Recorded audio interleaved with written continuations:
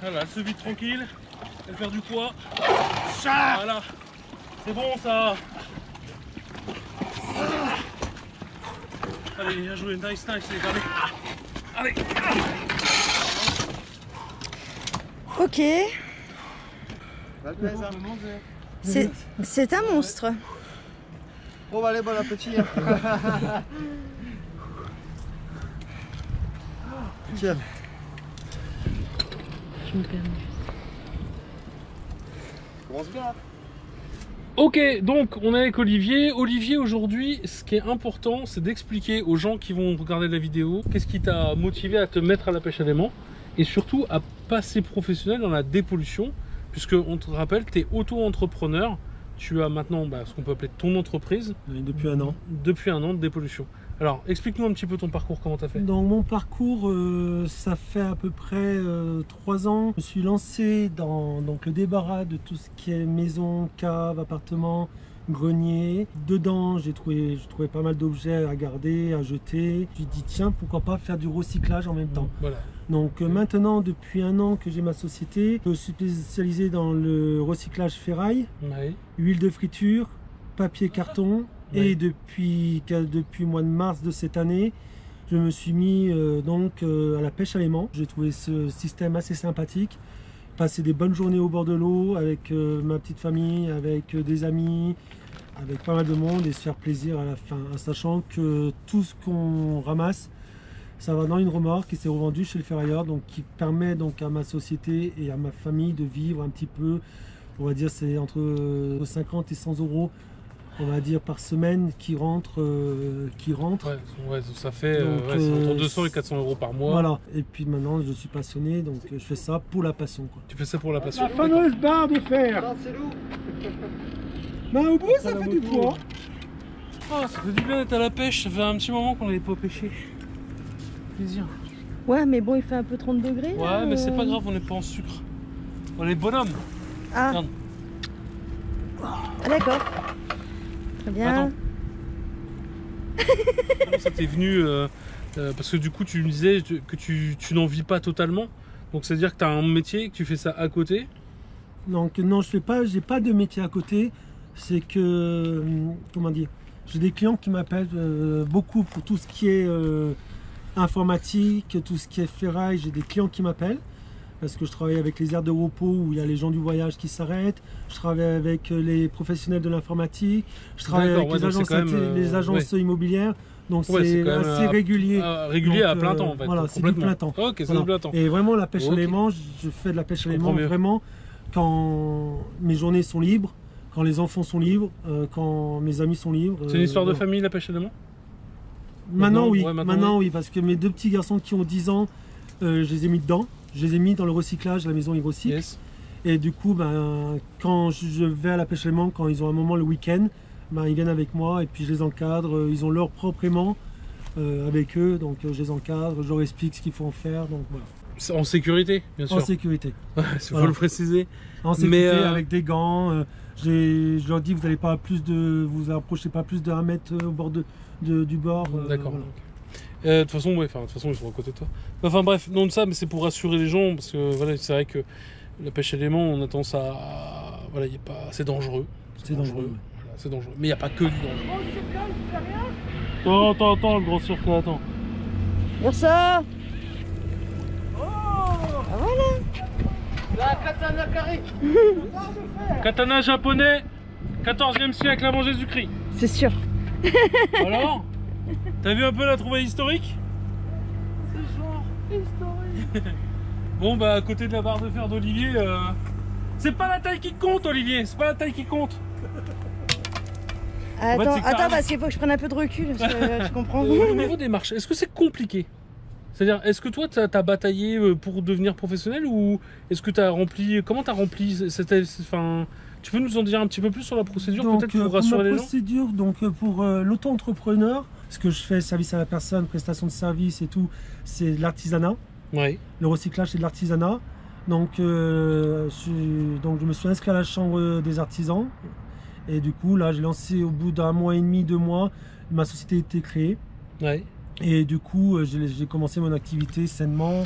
Et voilà. Et ça pas, c'est juste de l'attente, c'est pas si galère que ça. Non, c'est après le plus dur, comme j'ai une formation commerciale quand même, le plus dur c'est se faire un monde dans ce domaine, parce que dans le domaine du débarras, comme ce qui est dans le domaine de la pêche à l'aimant, on est énormément.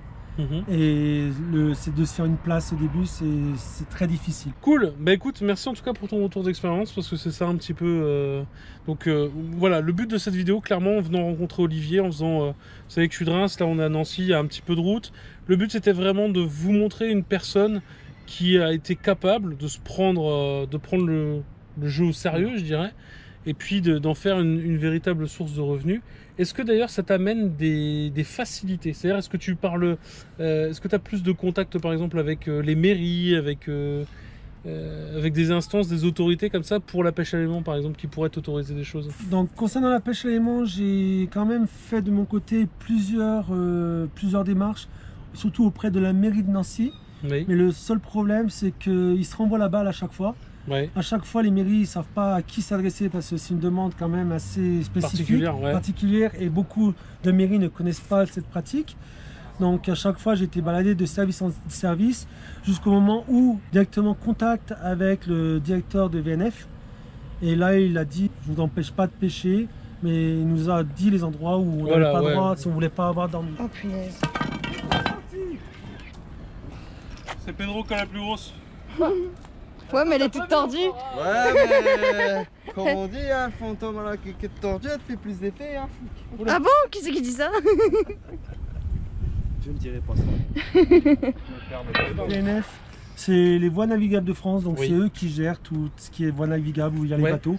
C'est eux qui donnent normalement les autorisations, qui disent les endroits où on peut, qui viennent nous embêter de temps en temps. Donc ils n'en empêchent pas, mais bon, il faut respecter les règles, ne pas pêcher au niveau des écluses, ramasser ce qu'on sort de l'eau, et puis signaler les objets dangereux comme explosifs, obus et compagnie. Donc on rappelle aussi que Nancy c'est dans l'est de la France, et que l'est de la France bien sûr a subi pendant les 2 dernières guerres des assauts, de l'occupation, et bref, c'était une véritable zone de guerre, et que tout ce qu'on va pouvoir y trouver, et voilà, il y a des choses historiques dangereuses, donc on rappelle que si c'est dans ces zones là, faites quand même très attention à vous. Grenade.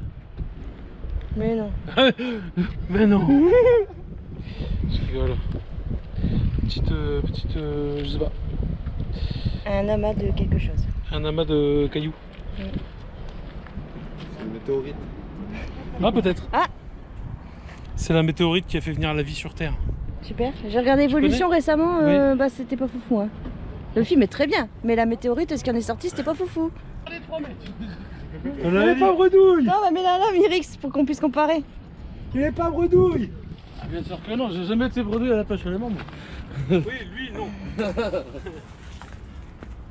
Par contre, toi, ça casse souvent. Ah, C'est bon. on ne peut pas être heureux en amour et heureux au jeu, c'est pas possible. Voilà, bah je crois que Mirix a clairement gagné. Hein. Bon, bah, regarde l'essence. Oh vache. Oh ouais. Putain, des Pedro, t'en as pas marre de choper.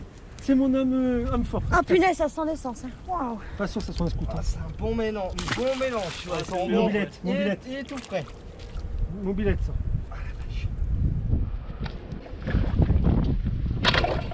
Oh, c'est génial le bruit qu'elle fait.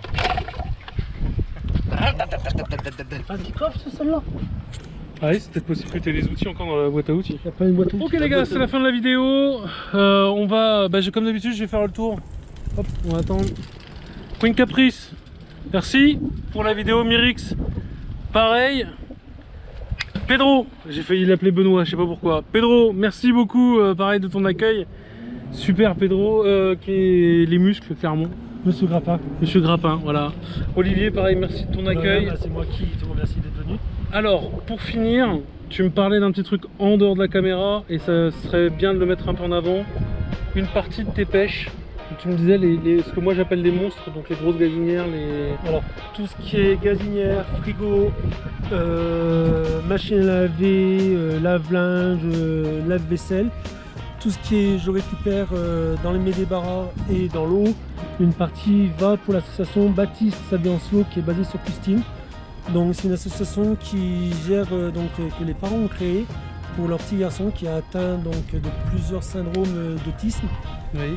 Donc il a 7 ans, il ne sait pas parler, il ne sait pas écrire, il se déplace difficilement avec des béquilles. Et les parents, ils ont besoin beaucoup d'être aidés financièrement parce qu'il y a beaucoup de soins pour cet enfant. Donc voilà, je veux mettre en avant cette association qui est sur Custine, que j'espère que vous allez soutenir et les parents ont besoin de s'y intéresser. Voilà. Ok, en tout cas, tous les liens de l'association dans la description. Pareil au niveau de ton entreprise pour tous les Nancéens, si vous êtes dans le coin, vous allez les retrouver dans la description. Donc en bas de la vidéo, vous soyez sur téléphone ou sur PC, il suffira de descendre et vous trouverez très facilement les coordonnées d'Olivier et de l'association. Encore une fois, merci pour ton accueil et puis j'espère que cette vidéo vous a plu. Comme d'habitude, n'hésitez pas à la partager si elle vous a plu, à la commenter, à la liker, à la disliker si vous voulez, mais dites-moi pourquoi afin qu'on puisse améliorer le contenu. Vous êtes les meilleurs, les plus beaux, restez abonnés, restez connectés et à bientôt pour une prochaine pêche. Ciao. Serka, je te fais un plan sur mon magnifique brushing. Je te fais un plan sur mon magnifique brushing. C'est 20 frais de meurtre. Ah, ça tourne vraiment là? Ah, me rend fou.